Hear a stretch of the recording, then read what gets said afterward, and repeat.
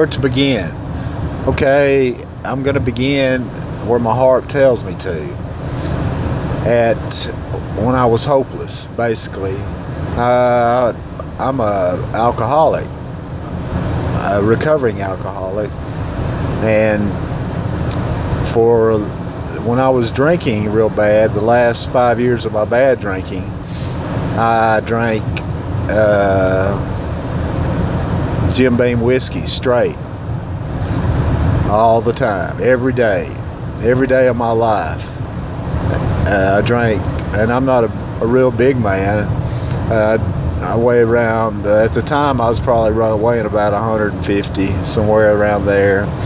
And I drank Jim Beam straight. I did chase it with water because I didn't want to get dehydrated. Anyway, I did that for 5 years, every day. And I was a binge drinker, and I like to, if I could string 3 or 4 days together, let's stay drunk, and I would not eat anything until I woke up and I had to go to work or had to do something, and my binge was over. Okay, what happened was I just remarried, and we'll go into that later, but she was sick of my drinking, and she moved out, took the kids, and said, you're not going to change, and I can't live like this anymore. So I moved into a trailer park, and in the trailer park, I didn't have anything except, it was furnished. I still had my job. I had $25,000 in credit card debt. Also, I was very compulsive gambler. And most of that was gambling. A lot of it was gambling debt, so I won't say most of it.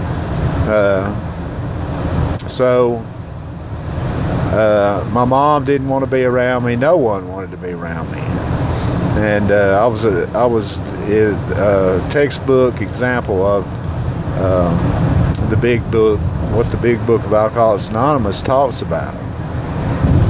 So one night, I drank myself. I was alone, as usual.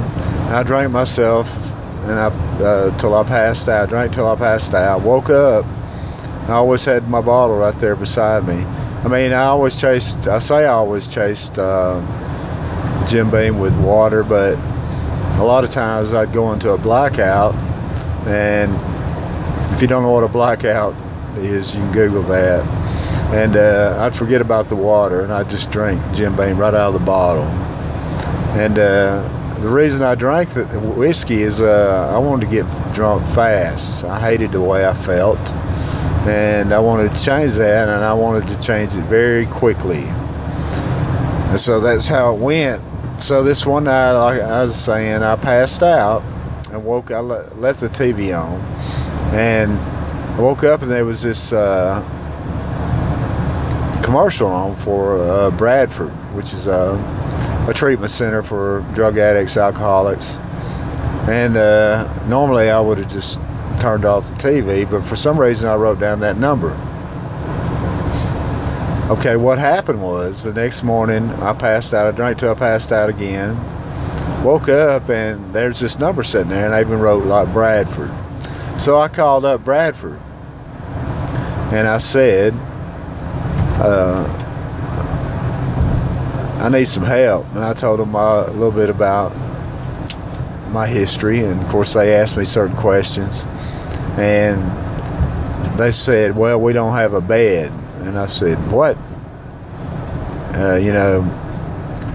We don't have a bed available, we're full. And I think they had 2 facilities around the area. So anyway, what happened was, they said they'd call me when they got a bed. And I was thinking I would, I lived in, of course, Alabama, and they had a facility at Madison, and anyway, I was thinking I would, would go there. I guess that's where I mentioned, and it was Madison, and So anyway, I didn't have a bed.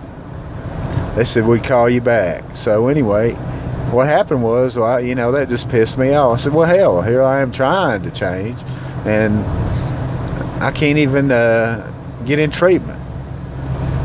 And I had insurance and everything. I said, well, shit. So what do? I remember very clearly I had one more day off. That was the day I was in, and I was going to go in treatment. I had insurance, and I was going to use that to pay for it, because I was just sick and tired of being sick and tired. And so I got pissed off. They didn't have a bed, and I decided to go to the liquor store, and I did. And I went down the back way. I'd been drinking. When you drink like I did then, you had to have something. You woke up with the shakes, your stomach's hurting, and the first thing you do for me was I would grab a bottle of whiskey,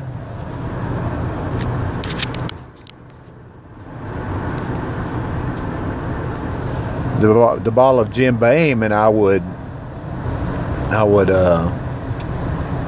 stand over the sink and get me a shot. And the reason I stood over the sink is it's going to try to come back up, and you don't want to waste good whiskey.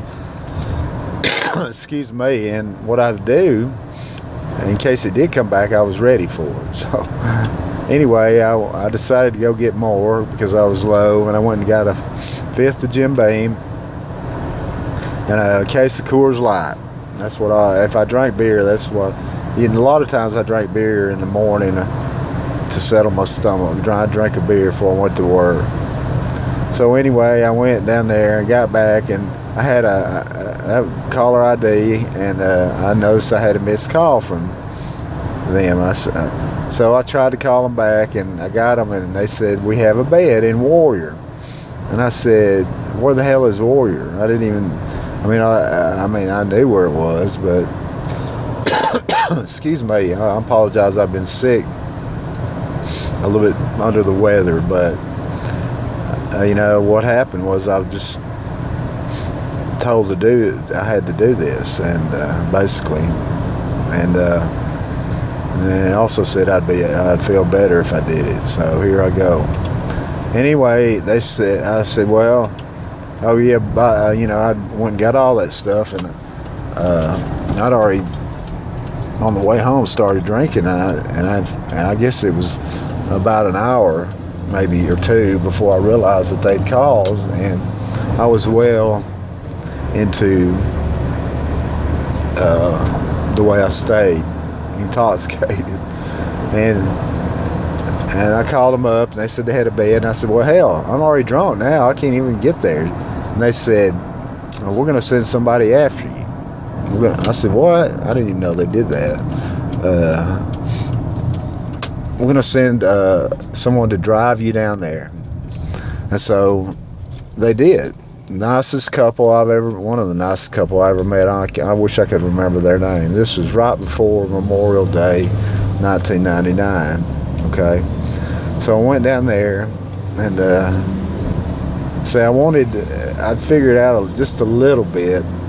I'd been exposed to AA and whatnot, and I'd figured the only way to do it was I had to do it for me, not for my wife, not for kids, not for my job, for me. And so when I went down there, that was the number one thing in my head. I'm doing this for me and only me.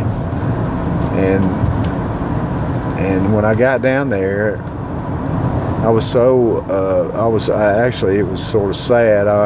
Here's people trying to help me, and I'm very. I decided they wanted me to check my blood level for some reason. I guess I was intoxicated, and I wouldn't let them at first because I was afraid they were going to put me in jail. But I guess they wanted to detox me or whatever. So finally, it hit me, they're just trying to help me, and I blew .25. And that number is important. And I'll tell you about that one later too. But anyway, and I stayed down there 21 days, and anybody knows anything about treatment, it's, if you go in it, it's about discovery. You discover what you got to do, and what they call it is when you're down there and you start feeling better. They call it on being on cloud 9, and I was, but I was, once again, I was wanting to do that for me, to get sober and feel better, because I was just tired of just being held hostage to booze, basically. And so when I got out, I was still on that cloud 9, and of course they if you know anything about the program and the programs, they recommend 90 meetings in 90 days, which is basically one a day. And I didn't know if I could do that, but I was committed in my heart, and probably I did more than that. I went to my local group and I met some people, and they were amazing. And what I found out, they were just like me. If they weren't, they were. If I wasn't as bad as them, I realized that shit, I hadn't done that. So, and you learn that treatment too, and that, somehow that just talking to another alcoholic makes you feel better. You realize that, well, I wasn't that bad yet. But so anyway, I went for about 2 years, almost 2 years, my life, and I didn't really see it. And didn't get any better. It did, but I didn't realize it. See, I wanted everything. That's the way I am. I want it right now. I don't want to wait. I want it when I want something. I want it now. I want it quickly. And why are you not giving it to me? So that's the way I've always been. And believe me, that is a terrible way to be. So for about 2 years, man, I went to every meeting, and for a long time I went to a lot of meetings. I did say every meeting. I didn't actually go to every meeting, but every meeting I could. And I made a lot of friends that are still my friends. And so, I sit in a lot of meetings, and they talk about spiritual awakening, and that's a key phrase, of course, for a lot of things. What we're into now, and I didn't have a clue what that was. I knew I believed in God, and I didn't figure God wanted to hear from me the way I'd lived, and boy was I wrong. And once I thought I was wrong, but I was mistaken. But I guarantee you one thing, I was wrong about that. And, the more I actually practiced that program, the more, the happier I was, the better I felt. And so, eventually, I came to the conclusion, being the brilliant person I am, that I didn't need this anymore. I got this. So that's what happened to begin the process.